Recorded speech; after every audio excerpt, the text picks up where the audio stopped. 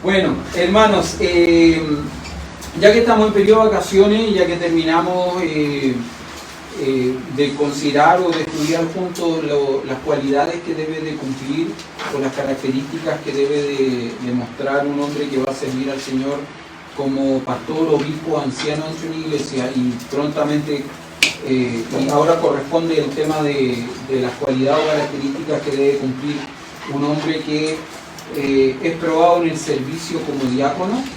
Es que estamos haciendo un pequeño paréntesis, no tiene mucho sentido que hoy día empecemos para parar de nuevo con estas cualidades o características.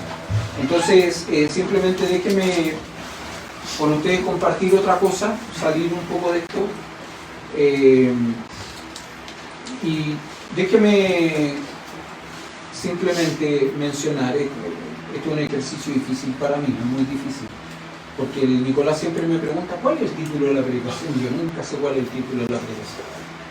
Pero hoy día me salió más fácil colocarle título a la predicación, y es que Cristo siempre sabe lo que hace. A veces nos cuesta entenderlo, sobre todo en dificultades, sobre todo en tiempos de prueba, sobre todo en tiempos en que estamos pasando angustias. Nos cuesta entender que Cristo siempre sabe lo que está haciendo. Ahora, no solo nos cuesta entenderlo, muchas veces nos cuesta incluso aceptarlo. Y pareciera que nosotros quisiéramos torcerle la mano al Señor. Pareciera que nosotros pudiésemos o fuésemos más sabios que el Señor, fuésemos más inteligentes que el Señor, entonces tuviésemos la capacidad, en un sentido, de torcerle la mano, de hacer algo distinto de lo que el Señor quiere que nosotros, hacer algo distinto de lo que el Señor está haciendo con nosotros y en nuestras vidas. Les quiero invitar, todavía no, les voy a invitar a buscar en sus Biblias, pero déjenme introducir de la siguiente manera el pasaje que vamos a buscar. Yo le he mencionado en otras ocasiones que hay un programa de televisión los días sábados a la noche que a nosotros con familia nos gusta muchísimo mirar. Una, porque tiene que ver con gastronomía y nos gusta comer, entonces, y siempre nos gusta mirar qué podemos aprender de lo que están cocinando, de lo que se está haciendo. Pero además porque tiene mucha conversación. El programa se llama La Divina Comida. Probablemente usted lo ha visto, probablemente usted lo ha mirado en su televisión alguna vez. Bueno, el año pasado, dentro de los programas, participó un actor que se hizo conocido en el tiempo no por él como actor propiamente tal, sino por un personaje que encarnó por muchos años y que no permitía que le viésemos el rostro a este actor, lo conociésemos a este actor. Este actor se hizo popular como el gato Juanito de Cachureo. ¿Sí? No sé si usted sabe quién es el actor, yo no sé cómo se llama. O sea, conozco, yo lo puedo identificar, si yo lo veo en la calle, yo sé que él es el gato Juanito. Aunque no esté disfrazado, yo sé que él es el gato Juanito. Yo con mucha vergüenza le cantaría, ¿no? Yo soy Juanito, pero yo sé que es él. Es Juanito. Exacto. Ahora, lo interesante de este hombre es que este hombre, en medio de toda la popularidad de Cachureo y del personaje, en algún momento él supuestamente se convirtió al Señor, o entró a un grupo cristiano. Lo voy a poner en condicional este punto porque con el tiempo he aprendido que en la televisión hay muchos grupos, muchas personas que dicen que se convirtieron o que entraron a grupos cristianos, que en realidad no lo son. No son grupos cristianos, pero bueno, él supuestamente sí se convirtió. Y en este programa él contó la historia de que en una ocasión fueron a Chiloé con un grupo misionero para hacer misiones. Y cuando estaban allá les regalaron un balde con pescados. Entonces, para almorzar. Usted sabe que en Chiloé la base alimenticia son los pescados y los mariscos. Y le regalaron un balde con pescado. Cuando ellos empezaron a limpiar el pescado para freír, ¿no es cierto?, empezaron a contabilizar, se dieron cuenta que no iba a alcanzar el pescado para todas las personas, porque ellos pretendían dar un pescado por persona. Entonces ellos comenzaron a anotar o a darse cuenta al hacer la contabilización de los pescados, que lógicamente los pescados no iban a alcanzar para todos. Y dice, este hombre dijo lo siguiente, ¿no? Contaba esta historia en el programa. Dijo, entonces el hombre que iba a cargo del grupo oró, dijo que inclináramos nuestras cabezas, que cerráramos nuestros ojos, y él oró al Señor. Y cuando terminó de orar, empezaron a freír, y no solamente alcanzó para todos los que estábamos ahí, sino que sobró.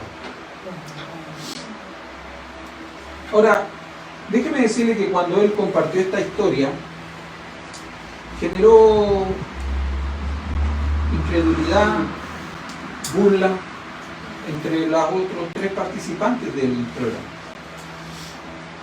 Casi como, oye, podríamos orar ahora entonces por la comida para que sobre, que se yo, en fin, una serie de cosas, ¿no? Pero lógicamente cuando uno escucha historias como esta, cuando usted conoce un poco de la Biblia y ha escuchado y ha sido criado, sobre todo cuando uno es desde niño, ¿no? Hay historias que uno recuerda, que son historias bíblicas, que son realidades. Usted sabe la diferencia entre fábula e historia, ¿no? La historia es un hecho verídico, que se narra, que se cuenta. La fábula es una ficción que se comparte, ¿no es cierto?, que se transmite oralmente. Bueno, hay historias bíblicas que nos recuerdan esto, la alimentación de los 4.000, pero particularmente la alimentación de, ¿cuántos? 5.000. 5.000. Entonces ahora sí, le invito a que busquen su Biblia en Juan capítulo 6, el Evangelio de Juan capítulo 6.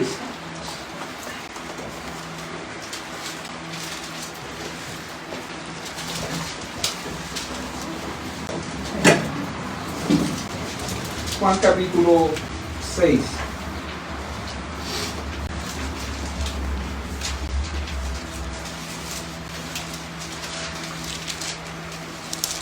Y vamos a leer juntos desde el verso 1 hasta el verso 15. ¿Sí? Perdón, no juntos, de manera alternada. Yo leo el 1 y ustedes leen el 2, así. Vamos. Yo los imparo y ustedes los pares. Después de esto Jesús fue al otro lado del mar de Galilea, el de Tiberias. Y le seguía la gran multitud porque veían las señales que hacían los enfermos. Entonces subió Jesús a un monte y se sentó allí con sus discípulos. Y estaba cerca de la Pascua, la fiesta de los judíos. Cuando alzó Jesús los ojos y vio que había venido a él gran multitud, dijo a Felipe, ¿de dónde compraremos pan para que coman estos? Pero esto decía para probarle, porque él sabía lo que había de hacer. Felipe le respondió, 200 denarios de pan no bastarán para que cada uno de ellos tomase un poco. Uno de sus discípulos, Andrés, hermano de Simón Pedro, le dijo, aquí está un muchacho que tiene 5 panes de cebada y 2 pececillos. Mas, ¿qué es esto para tantos? Entonces Jesús dijo, haced recostar a la gente, y había mucha hierba en aquel lugar, y se recostaron como el número de 5.000 varones. Y tomó Jesús aquellos panes, y habiendo dado gracias, los repartió entre los discípulos, y los discípulos entre los que estaban recostados, asimismo de los peces, cuanto querían. Y cuando se hubieron saciado, dijo a sus discípulos, recoged los pedazos que sobraron, para que no se pierda nada. Recogieron pues y llenaron 12 cestas de pedazos, que de los 5 panes de cebada sobraron a los que habían comido. Aquellos hombres entonces, viendo la señal que Jesús había hecho, dijeron, este verdaderamente es el profeta que había de venir al mundo. Pero entendiendo Jesús que iban a venir para apoderarse de él y hacerle rey, volvió a retirarse al monte él solo.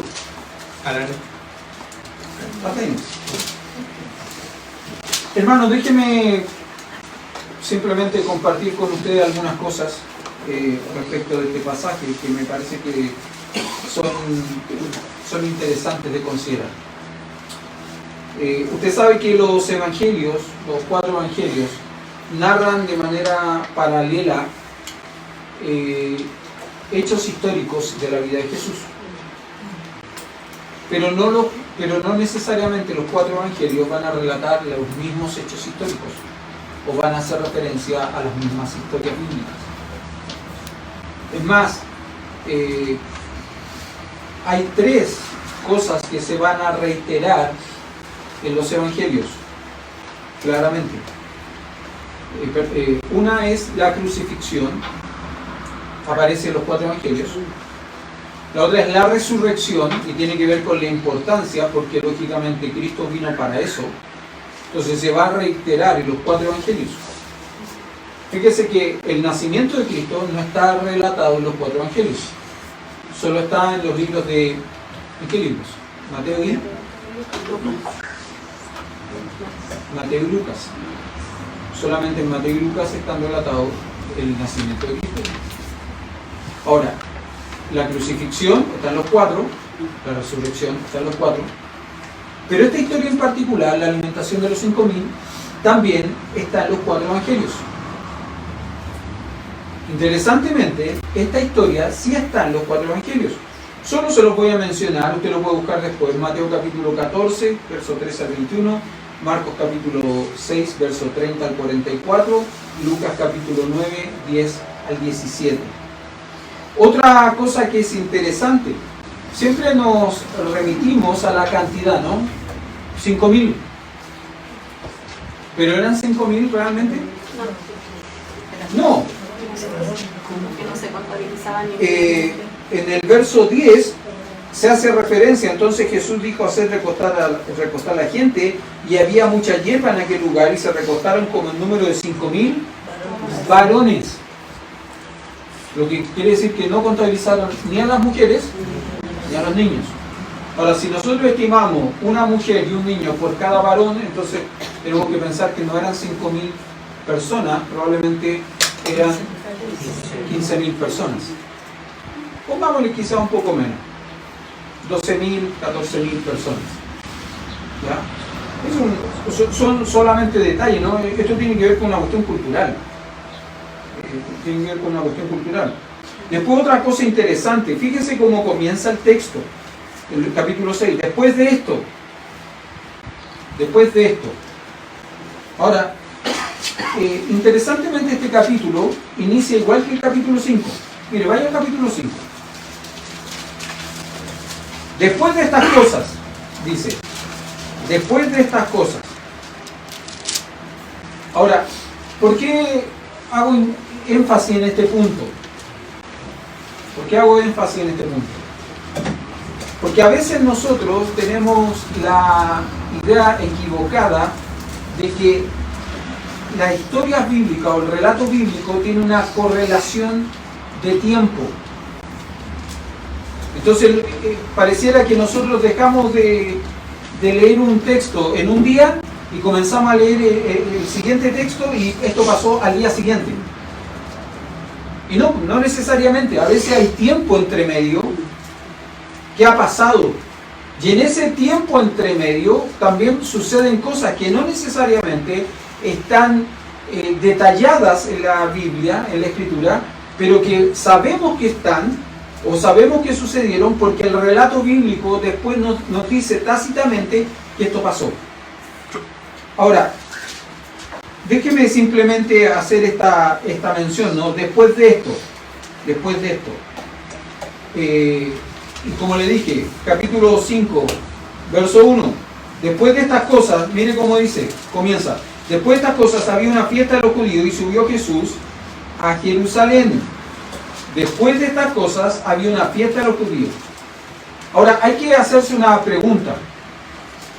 ¿Qué fiesta será? Recuerde que hay ciertas fiestas solemnes que los judíos debían de respetar y de cumplir, y estas fiestas solemnes obligaban a que los judíos subiesen a Jerusalén. Cuando se dice subiesen es porque Jerusalén está en lo alto. está en una zona alta, en un cerro alto. Entonces por eso se habla de subir a Jerusalén. Es como cuando nosotros decimos vamos a subir a la parcela. Si yo digo subir, vamos a subir a la parcela, ¿qué estoy diciendo? ¿A dónde vamos?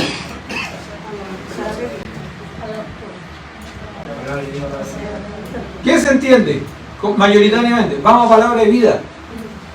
Vamos a subir a la parcela. ¿A qué parcela? A la parcela de palabra de vida. Y uno entiende casi como que asume, ¿no? Que vamos a palabra de vida. ¿Por qué la expresión? Porque la parcela como está en la precordillera y para llegar ahí hay que subir en vehículo. Cuando uno dice vamos a subir a la parcela, bueno, vamos para allá. Es un poco la idea, ¿no?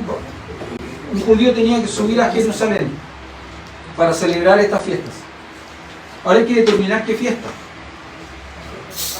Existen dos posibilidades.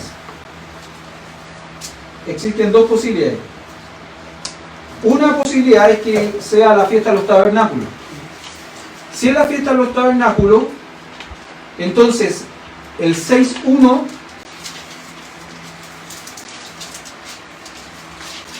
entre el 6.1 y el 5.1 han transcurrido más o menos 6 meses. Entre el 6.1 y el 5.1 han pasado más o menos 6 meses, si es la fiesta de los tabernáculos. Pero si es la fiesta de la Pascua, ha pasado aproximadamente un año. Y este dato no es menor, no es antojadizo, los jóvenes van a entender esto, los más jóvenes. No es un dato random.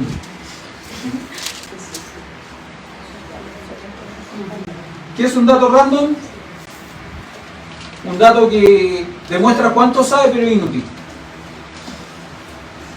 No, este dato que le estoy dando del tiempo que ha pasado, si son 6 meses o un año, no es un dato random. No es un dato inútil. Es un dato útil. Bastante útil.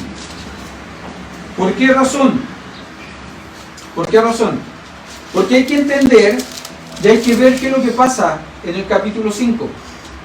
En el capítulo 5 dice que después de estas cosas había una fiesta de los judíos y subió Jesús a Jerusalén. Y hay en Jerusalén, cerca de la puerta de las ovejas, un estanque llamado en hebreo Betesda, el cual tiene 5 pórticos. ¿Usted recuerda lo que pasó en el estanque Betesda? ¿Se acuerda o no? Sin mirar la Biblia.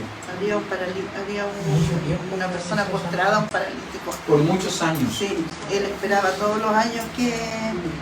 ¿Qué es lo que pasaba? Una vez al año se removían las aguas, se entendía que era un ángel que había venido a mover las aguas, y el enfermo que estaba allí y se tiraba al agua, el primero en caer al agua quedaba sano. Y él como paralítico tenía la fe, la esperanza de poder ser el primero en alguna ocasión. Pero han pasado muchos años y por su condición de paralítico nunca llegaba primero. Nunca era el primero en caer al agua. ¿Qué es lo que pasa con Jesús cuando conoce esta historia?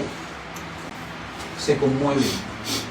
Tiene compasión por este hombre. Verso 6. Cuando Jesús lo vio acostado y supo que llevaba ya mucho tiempo así, le dijo: ¿quieres ser sano? Verso 7. Señor, le respondió el enfermo: no tengo quien me meta en el estanque cuando se agita el agua.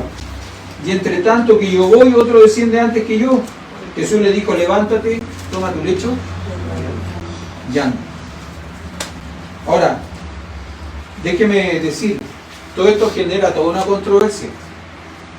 Porque este encuentro entre Jesús y el paralítico del estanque Betesda sucede en un día bien particular. De reposo.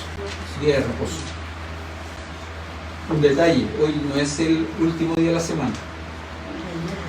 Hoy es el primero. El último fue ayer. Séptimo día. Día de descanso. El Shabbat. Hoy es el primero. Por eso nos reunimos día domingo. ¿Por qué? Porque el primer día de la semana, ¿qué sucede? Bíblicamente hablando, de la historia bíblica, ¿qué sucede? ¿Qué evento importante sucede el primer día de la semana? Resucita Cristo. Por eso es que como iglesia nos juntamos el primer día para recordar su resurrección y celebrar su resurrección.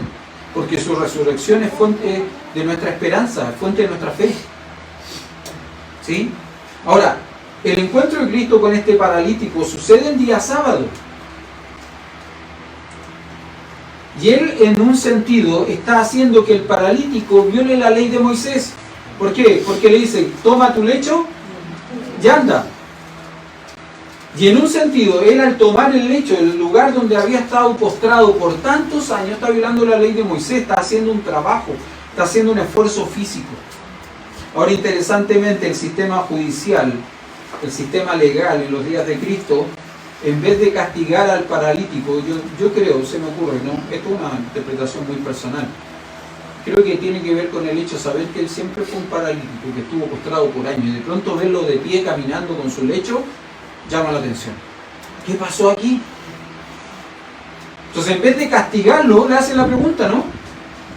Fíjese lo que dice, verso 9, y al instante aquel hombre fue sanado, tomó su lecho y anduvo, y era día de reposo aquel día. Entonces los judíos, verso 10, dijeron a aquel que había sanado, es día de reposo, no te es lícito llevar tu lecho. Él le respondió, el que me sanó, él mismo me dijo, toma tu lecho y anda. Entonces le preguntaron, ¿quién es el que te dijo, toma tu lecho y anda?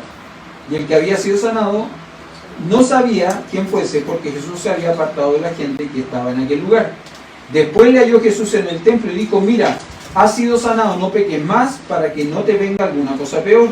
El hombre fue y dio aviso a los judíos que Jesús era el que le había sanado, y por esta causa los judíos perseguían a Jesús y procuraban matarle, porque hacía estas cosas en el día de reposo. Y acá, este hecho, toda esta historia da pie a algo un poco mayor. Quiero simplemente decirle esto, los milagros de Cristo, todos los milagros en la Biblia, particularmente los milagros de Cristo, siempre tuvieron un propósito, que fue evidenciar quién Él es, no quién Él era, porque Él sigue siendo lo que era. Por lo tanto, siempre los milagros de Cristo tuvieron el propósito de evidenciar quién Él es.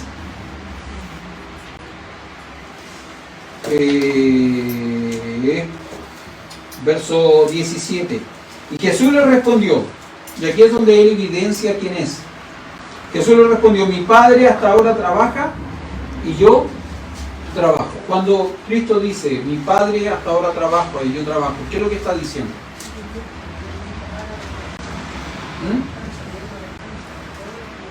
No le escucho. Que Dios no descansa, Dios está todo el día. Exactamente, Dios no descansa. Pero además de eso, está diciendo algo aún más profundo. Que Él era el verdadero Hijo de Dios. Que Él es Dios. Dios. Mi Padre Dios no descansa. Yo tampoco. Pero cuando Él dice mi Padre Dios, ¿sabe lo que está haciendo, no? Se está identificando a sí mismo como Dios. Porque usted tiene que entender una cosa, en la cultura hebrea, decir que un hijo, que una persona era hijo de, era decir que esa persona era igual a su padre. Por lo tanto, cuando Cristo dice mi Padre, se está identificando con Dios, se está identificando a sí mismo como Dios. Fíjese cuál es la consecuencia de esto, el resultado de esto, verso 18. Por esto los judíos aún más procuraban matarle, porque no solo quebrantaba el día de reposo, que ya era una cuestión grave para ellos, crítica, ¿no? Sino que también decía que Dios era su propio Padre, haciéndose igual a Dios. Igual a Dios. Hermanos, déjenme simplemente recordarle esto. Cuando estudiamos el Padre Nuestro, ¿se acuerdan que hace un tiempo atrás estudiamos junto el Padre Nuestro? Yo les mencioné y les dije, el Señor Jesús cambia un paradigma. Un judío ortodoxo jamás oraría diciendo Padre Nuestro. Jamás, porque él entendía que al mencionar que Dios era su Padre, estaba en un sentido haciéndose igual a Dios.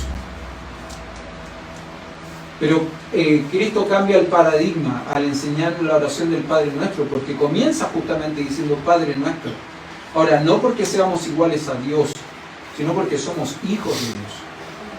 Porque tenemos una relación no fraternal, una relación filial. Somos hijos de Dios, con los derechos de un hijo de Dios.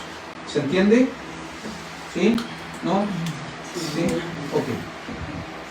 De hecho, por eso que, por ejemplo, en el libro Romano, en el libro de Gálatas, en el Nuevo Testamento, aparecen versículos donde se dice que nuestro espíritu clama, Abba, Padre. Que es una expresión muy linda, ¿no? Muy hermosa expresión.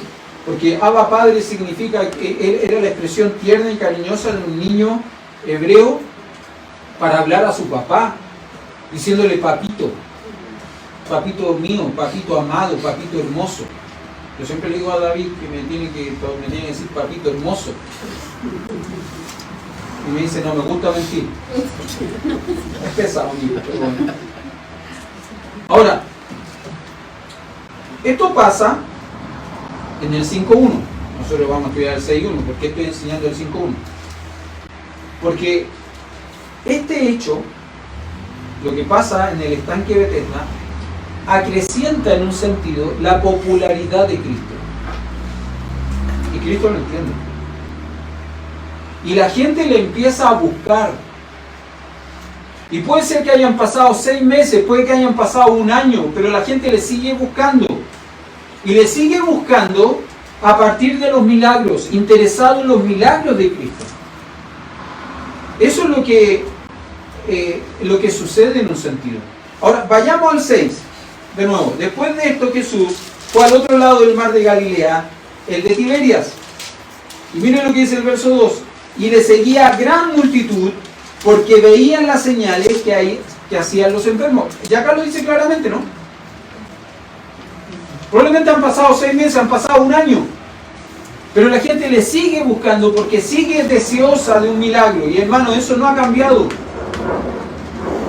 Eso sigue siendo así. La gente sigue buscando a Cristo, deseosa de un milagro, deseosa de que le cumpla algo, de que le responda algo que ellos quieren. Hermano, lamentablemente eso sucede incluso dentro de la iglesia del Señor. Lamentablemente eso sucede incluso dentro de la iglesia del Señor. Hermano, nosotros todos los jueves tenemos culto de oración, ¿no? ¿Usted asiste a todos los cultos de oración? ¿O a casi todos? O seamos honestos, o a casi ninguno. Respóndase usted, no lo responda en público, respóndase usted. ¿Usted asiste a todos? ¿A casi todos? ¿O a casi ninguno? ¿Y cuando asiste, por qué asiste?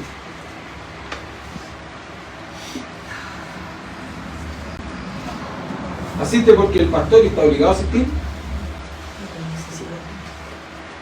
¿Asiste porque tiene una necesidad y quiere que se ore por algo en particular? ¿Asiste porque tiene gratitud en su corazón y quiere compartir esa gratitud con sus hermanos y quiere compartir ese testimonio de gratitud? ¿Asiste porque quiere ser bendecido con el testimonio de sus hermanos? Porque a lo mejor sus hermanos van a compartir algo que a usted le va a bendecir y que usted necesita.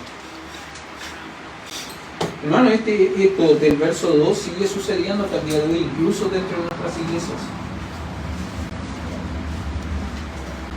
A mí me llama la atención de que de pronto hay gente que ya no se congrega con nosotros, que ya no asiste con nosotros, que han pasado meses, años de no estar con nosotros, pero que cuando tienen una urgencia, tienen una necesidad, cuando tienen a un padre enfermo, una madre enferma, a un hijo enfermo, a un nieto enfermo, a un sobrino enfermo, me escriben: pastor, ¿pueden orar por mi papá, por mi mamá, por esto, por acá, por allá? Y Dios se viene a transformar en la vida de esa persona, ¿saben qué? En un amuleto. ¿En un amuleto o en un amuleto? Cualquiera de las dos. Los que han usado muletas saben que las muletas sirven como apoyo, ¿no? Cuando uno camina con dificultad. ¿Y los amuletos qué son? Cosas que, entre comillas, supuestamente nos aportan buena suerte, ¿no? Mire, Dios lamentablemente para algunas personas es eso: una muleta o un amuleto. Una muleta o un amuleto. Sigue el texto, verso 3. Entonces subió Jesús a un monte y se sentó allí con sus discípulos. ¿Se acuerda cuando estudiamos el Sermón del Monte y dijimos que esta expresión, se sentó allí, tenía que ver con la actitud de un maestro. Los maestros bíblicos para enseñar, cuando iban a enseñar, lo que hacían, se sentaban. Era su forma de llamar la atención. Nosotros usamos púlpito, eventualmente para que la persona que está enseñando esté de pie y sea más visible por todos. Bueno, en tiempo bíblico era al revés. El maestro, ¿qué es lo que hacía? Se sentaba, y cuando él se sentaba era el sinónimo, era casi como decir, shh, guarda silencio, va a empezar la cátedra, la enseñanza. ¿Se acuerda que de Pablo se dice que él fue educado a los pies de Gamaliel? Y tiene que ver con esto, con que Gamaliel se sentaba y los discípulos se sentaban alrededor de él, a sus pies, para ser instruidos, para ser enseñados. Bueno, Cristo hace esto, ¿no? Entonces subió Jesús a un monte y se sentó allí con sus discípulos. Ahora fíjese, ¿se acuerdan lo que le decía? Y estaba cerca la Pascua, la fiesta de los judíos. 6:5. 5:1. Después de estas cosas había una fiesta de los judíos y subió Jesús a Jerusalén. Por lo menos en el 6:1 se nos indica qué fiesta estaba cercana. En el 5:1 no. Entonces por eso le digo que pueden haber pasado 6 meses o pueden haber pasado un año. Si era lo de los tabernáculos, 6 meses. Si era la fiesta de la Pascua, 1 año. Y estaba cerca la Pascua, la fiesta de los judíos. Cuando alzó Jesús los ojos y vio que había venido a él gran multitud, dijo a Felipe: ¿de dónde compraremos pan para que coman esto? Evidentemente Cristo entiende, ¿no? Sabe, hay mucha gente. Más adelante se nos dice más de 5.000, o sea, 5.000 hombres. Y ya hicimos el cálculo, ¿no? Eventualmente 15.000. Ahora es interesante la pregunta que hace Cristo a Felipe. ¿De dónde compraremos pan para que coman estos? Pero miren lo que dice el verso 7. Felipe le respondió: 200 denarios de pan no bastarán para que cada uno de ellos tomase un poco. Déjeme decirle que la respuesta de Felipe no es una respuesta antojadiza. 200 denarios. ¿Qué era un denario? Un tipo de moneda. Ahora, el denario tenía una cualidad, tenía una particularidad. Era el pago de un jornal, era el pago de un día de trabajo. Por lo tanto, 200 denarios habla de harta plata. Harta plata, eran 200 días de trabajo. La respuesta de Felipe no es antojadiza. No es una respuesta así, es una respuesta lógica. Pero aún así es una respuesta ilógica. Lógica en el sentido de la cantidad de plata que es, pero es ilógica en el sentido de la cantidad de gente que es. Felipe le respondió: 200 denarios de pan no bastarán para que cada uno de ellos tomase un poco. Pero en el verso 8 aparece un hombre interesante. De pronto nosotros debiéramos hacer un estudio de las personas, de los personajes bíblicos. Si nosotros hiciéramos un estudio de los personajes bíblicos y pudiésemos tomar un momento para estudiar la vida de Andrés, sería interesante, porque usted notaría que Andrés siempre está trayendo gente a Cristo. Andrés quizás no es el discípulo más popular de los 12. Si nosotros tuviésemos que hacer un ranking de los discípulos de Cristo, los más cercanos, Andrés no estaría entre los 3 primeros o los 4 primeros. Los 3 primeros, ¿quiénes son? Pedro, Juan, Jacobo. ¿Y Andrés? No. Pero Andrés era la persona que siempre estaba trayendo personas a Cristo. De hecho, él es quien trae a Pedro a Cristo. Si usted mira, por ejemplo, se lo menciono solamente en Juan capítulo 1, 40-42, aparece cuando Andrés trae a Pedro a Cristo. En Juan capítulo 12, versos 20 al 22, hay unos griegos que quieren conocer a Cristo, ¿y a quién contactan? A Andrés. ¿Y qué es lo que hace Andrés? Los trae de Cristo. Y en este pasaje, ¿qué es lo que hace? Verso 8, uno de sus discípulos, Andrés, hermano de Simón Pedro, le dijo: Aquí está un muchacho que tiene 5 panes de cebada y 2 pececillos, más que es esto para tanto, ¿no? Ahora es interesante porque ¿se acuerda que les mencioné que en los 4 evangelios aparece esta historia? Pero solo Juan nos cuenta que el dueño de los panes y los pececillos es un muchacho, es un niño. Ahora, déjeme decirle, estos panes y estos pececillos era la merienda de un niño. Era como la colación que le mandan a un niño al colegio, eso era. Ahora, si 200 denarios no alcanzaba para tanto, la colación de un niño menos alcanza. 200 denarios son aproximadamente 8 meses de sueldo. Si con 8 meses de sueldo no se alcanzaba a comprar comida para tanta gente, con los panes y los pececillos, con estos 5 panes de cebada y estos 2 pececillos, no alcanza para tanto. En las manos de Andrés, en las manos de Felipe, pero en las manos de Cristo. Ahora, imagínense por un momento, ¿no? Haga este ejercicio. Usted es parte de la historia. Usted es testigo presencial. Usted está ahí, en el momento, mirando. Cuando Andrés trae a este niño con los 5 panes, ¿no es cierto? Y los 2 peces a Cristo. Usted está mirando. Y ve cuando Andrés presenta a este niño y le pasa la merienda a Cristo. ¿Qué piensa usted? En ese momento, usted es parte de la historia. Cristo todavía no hace el milagro. ¿Qué pensaría usted? Diría, no, es ridículo. Si 200 denarios no alcanzan, imagínese. ¿Qué va a hacer Cristo con estos 5 panes y todo? Además, los peces parece que eran chicos porque Sí. nombran como pececillos, Sí, no como peces. exactamente. Era una merienda, era una colación. Usted es testigo, insisto. ¿Qué pensaría usted? No creería que se el milagro de multiplicar. Yo creo que la gran mayoría de nosotros no creería en el milagro, sino todos nosotros. Quizás no nos atreveríamos a decirle ridículo a Andrés, ¿no? ¿Cómo se te ocurre?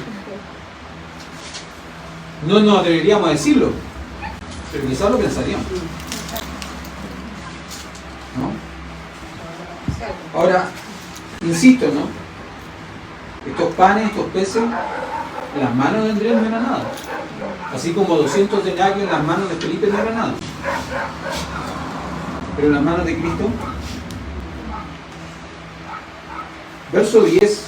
Entonces Jesús dijo: hacer recostar a la gente, y había mucha hierba en aquel lugar, y se recostaron como el número de 5.000 varones. Bueno, y conocemos la historia, ¿no? El Señor oró, Dios multiplicó, repartieron y sobró. ¿Cuánto sobró? 12. ¿Cuántas? 12. ¿Cuántos eran los discípulos? 12. Interesante, ¿no? Ahora, hay una diferencia entre cestas, porque en la repartición de los 4.000 sobraron canastas. Las canastas eran lugares donde un hombre se podía esconder, se podía meter. Las cestas no, eran como bandejas. ¿Sí? Pero sobraron 12 cestas. De los panes y pececillos, ¿no? Yo siempre me confundo, por eso no me atrevo a decirlo, yo siempre me confundo si son 5 panes y 2 peces o si son 5 peces y 2 panes. Siempre tengo el mismo enredo. Ahí como que me sale lo disléxico que soy. De los 5 panes y 2 peces sobraron 12 cestas. Ahora, yo no sé si usted notó algo, pero yo salté un texto intencionalmente cuando estábamos leyendo. Hay un versículo que yo salté, pero no lo leí. Que está cerca de la Pascua.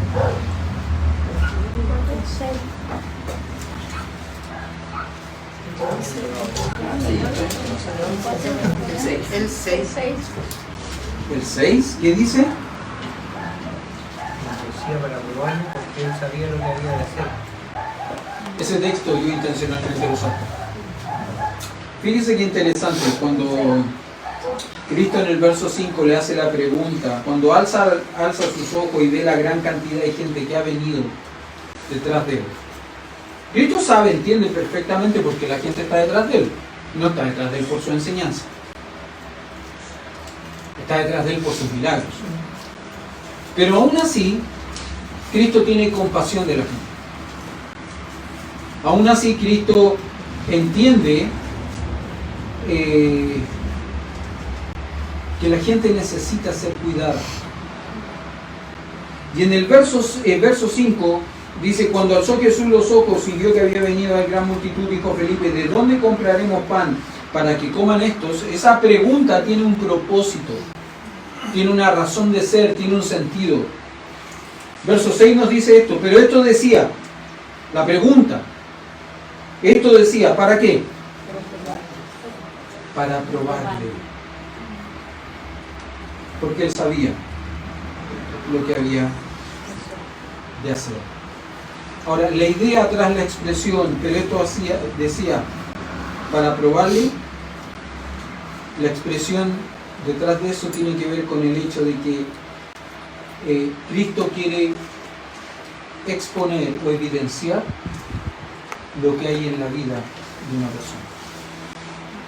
Hermano, déjeme decirle una cosa, las pruebas en nuestra vida no tienen el propósito de avergonzarnos. Las pruebas en nuestra vida no tienen el propósito de destruirnos.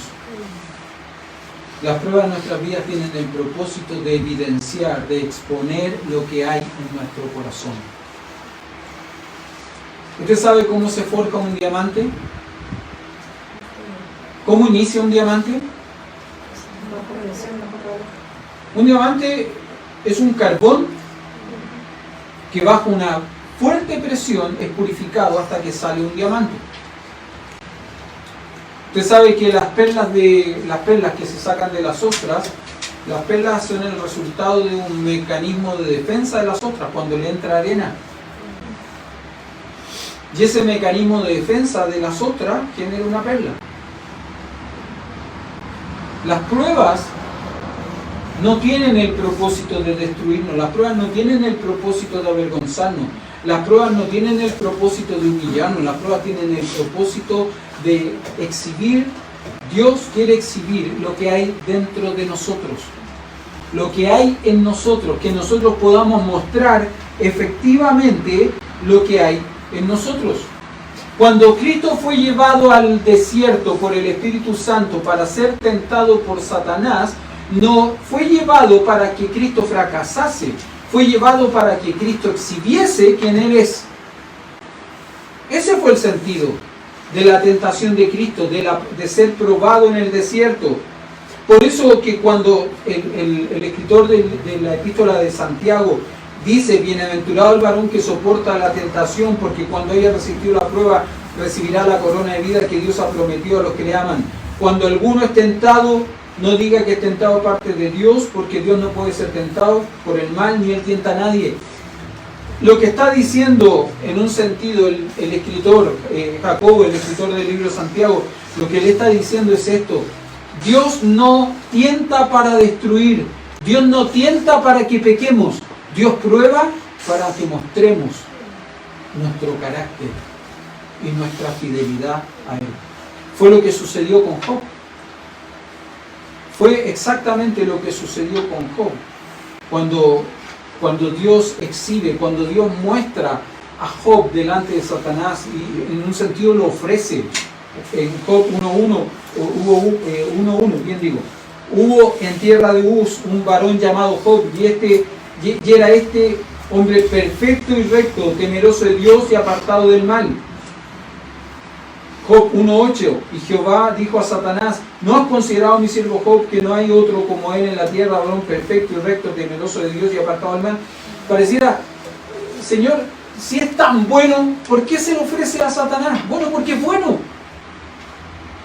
Porque si fuese malo no se lo ofrece.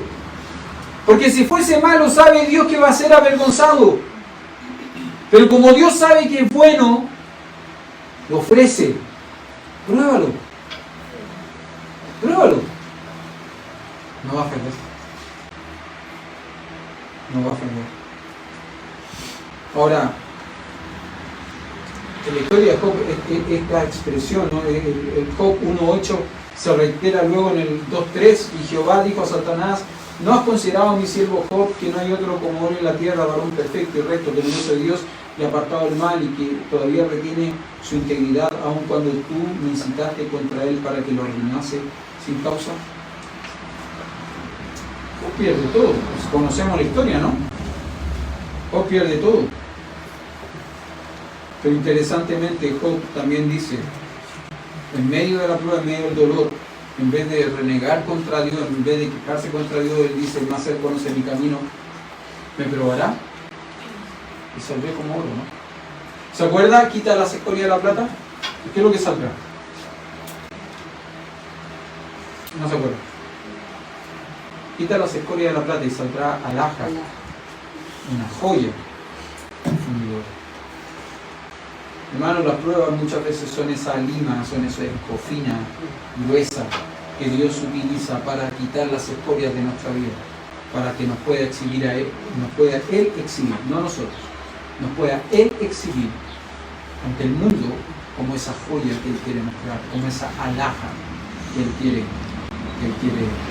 mostrar. Ahora, interesantemente, dice que cuando Él le hace la pregunta, cuando Cristo le hace la pregunta a Felipe, ¿de dónde compraremos pan para que coman estos? Verso 6 dice que el Señor le decía esto a Felipe para probarle, para que Felipe pudiese mostrar de lo que había dentro de él. Pero dice algo más, ¿no? Al final del verso 6. Porque Él sabía, no Felipe, el Señor, porque Él sabía lo que había de hacer. Él sabía lo que había de hacer. Me acuerdo que hace algunos años atrás, los más antiguos recordarán que hubo un momento en que tuvimos la posibilidad de fusionarnos con otra iglesia. Estaba esta posibilidad. Ellos tenían templo, pero no tenían pastor. Nosotros teníamos pastor, pero no teníamos templo. Entonces nos invitaron, tuvo un pequeño flirteo ahí. Nos miramos, nos coqueteamos. ¿Sí? Nos invitamos, ellos vinieron para acá, nosotros fuimos para allá, coqueteamos un rato, pero no prosperó, no llegó a pololeo. Antes de decirnos si es que sí o no, si es que queríamos pololear o no queríamos pololear, parece que nos poníamos de novio y después nos casamos, ellos dijeron no nos gustaron. Bueno, el día que a mí me comunicaron que no, porque habían decidido traer a otro pastor, no querían traer a otra iglesia, querían traer solo al pastor. Cuando a mí me comunicaron que no, yo me acuerdo que estaba un poco frustrado porque fue justo en el tiempo en el que la casa estaba en venta, que venía mucha gente. Yo tenía que venir a abrir la puerta para que visitaran la casa y le dieran vuelta y la conocieran. Y muchas veces me sentaba acá y mientras la gente daba vuelta, yo me sentaba, abría mi Biblia y me ponía a leer y me ponía a orar. La gente daba vuelta, ¿no? Con el corredor de propiedad en ese tiempo. Y ellos mostraban, ¿no? No, y esto puede ser el dormitorio y aquí el comer, y mostraban. Y yo me acuerdo que justo el día siguiente que a mí me comunican que no nos íbamos a fusionar con la otra iglesia, hubo que venir a abrir aquí. Y yo vine a abrir. Y justo ese día, en mi lectura devocional, leí este capítulo. Y yo estaba triste, yo estaba frustrado, estaba molesto por la situación. También estaba angustiado, yo no sabía lo que iba a pasar. Yo pensaba, ¿qué pasa si se vende? ¿Dónde nos vamos? ¿Dónde llevamos todas nuestras cosas? ¿Volvemos a casa? Sí, volvemos a casa, pero ¿dónde metemos la silla? ¿Dónde metemos la tele? ¿Dónde metemos todas las cosas que el equipo de sonido. ¿Dónde se meten todas esas cosas? Que es una cuestión que podría pasar, ¿no? ¿Qué hacemos? Y me acuerdo que estaba leyendo este pasaje. Y el verso 6 me trajo paz. Pero esto decía para probarlo. Porque él sabía lo que había de hacer. Me acuerdo que ese día este texto me trajo paz. Me consoló, me hizo entender que Dios siempre sabe lo que va a hacer. Él siempre sabe el siguiente paso. Aunque yo no lo sepa, aunque yo no lo conozca, Él siempre sabe lo que ha de hacer. Hermano, cuando usted está siendo probado por el Señor, Él sabe lo que está haciendo. Y déjeme simplemente decirle esto, y concluir quizás con esto. Cuando usted está siendo probado, el Señor le está dando una oportunidad a usted de que usted exhiba sus virtudes, que usted exhiba su carácter piadoso, su carácter dependiente de Él, su carácter que confía en que Él está haciendo algo sin equivocarse. Muchas veces a nosotros nos cuesta entender esto y nos desesperamos. Hermano, ante una enfermedad repentina e inesperada, Dios está haciendo algo. Ante una muerte inesperada, Dios está haciendo algo. Ante una pérdida de trabajo, Dios está haciendo algo. Ante un fracaso en los estudios, Dios está haciendo algo. Confíe en lo que Dios está haciendo.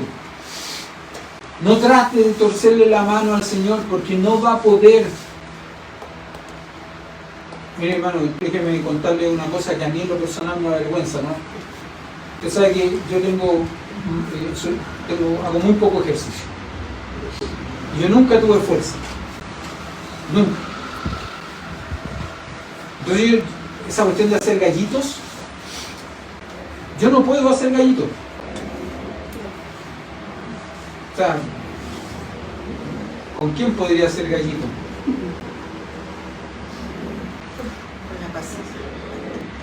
Claro, con un niño, ¿no?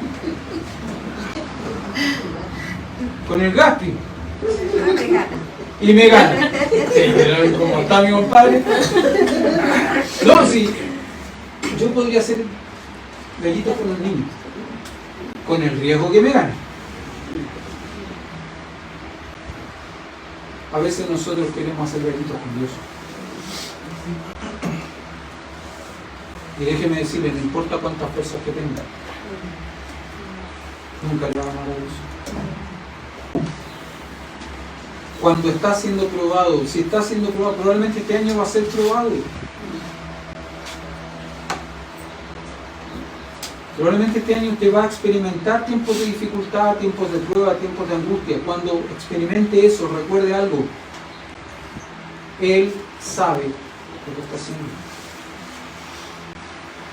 No se queje. No reclame. Pregúntele.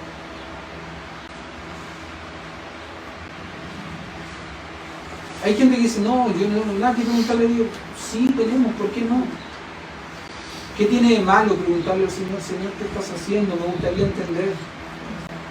Yo aunque no entienda, me gustaría saber. Pero recuerde esto, ¿no? Pero esto decía para probarle. Le daba una oportunidad a Felipe para que exhibiese sus virtudes, porque él sabía, el Señor sabía lo que había que hacer. El Señor sabía perfectamente que en un ratito más Andrés iba a traer un niño con 5 panes y 2 peces. Él sabía que los 200 denarios no eran suficientes, pero sabía que 5 panes y 2 peces iban a ser suficientes, iban a sobrar a la mesa. Porque él sabía lo que iba a hacer. Hermano, está siendo probado, está pasando tiempo de dificultades.